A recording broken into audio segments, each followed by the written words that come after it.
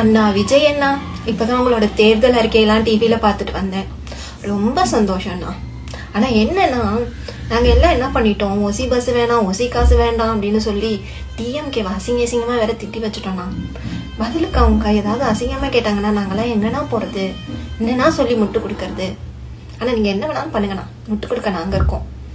நான் என்ன நினைக்கிறேன்னா, அவங்க முதலமைச்சர் மாதிரி அவங்களும் கொஞ்சம் நாகரிகமானவங்கன்னு நினைக்கிறேன். நம்மளை பதிலுக்கு திட்ட மாட்டாங்க. பார்க்கலாம் என்ன நடக்குதுன்னு. அதே மாதிரி உங்களோட அறிக்கையெல்லாம் ஆல்ரெடி கேட்ட மாதிரியே இருக்குண்ணா.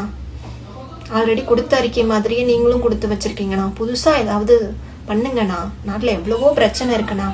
நம்ம பஞ்சாப் முதலமைச்சர் என்ன தெரியுமா பண்ணியிருக்காரு, சென்ட்ரல் கவர்மெண்ட்டை பார்த்து கேட்டிருக்காரு, மக்கள் எல்லாமே ரோட் டேக்ஸ் கட்டுறாங்க, அப்புறம் எதுக்கு டோல், எங்க இதுல டோல் எல்லாம் எடுக்கணும் அப்படின்னு சொல்லி சென்ட்ரலை பார்த்து நாக்கப்படுங்கிற மாதிரி கேள்வி கேட்டிருக்காருண்ணா.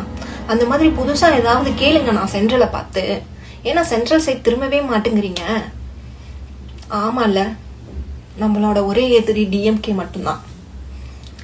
அதனால அவங்களெல்லாம் விட்டுறலாம், நமக்கு பயம்லாம் இல்லை.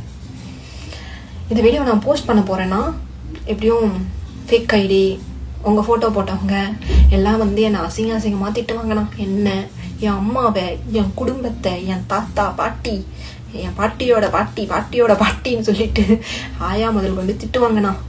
ஆனாலும் மனசை தைரியப்படுத்திக்கிட்டு நான் இதை போஸ்ட் பண்றேண்ணா. கமெண்ட் ஆன்லயே வச்சுட்டு பார்க்கலாம் நான் என்ன நடக்குதுன்னு.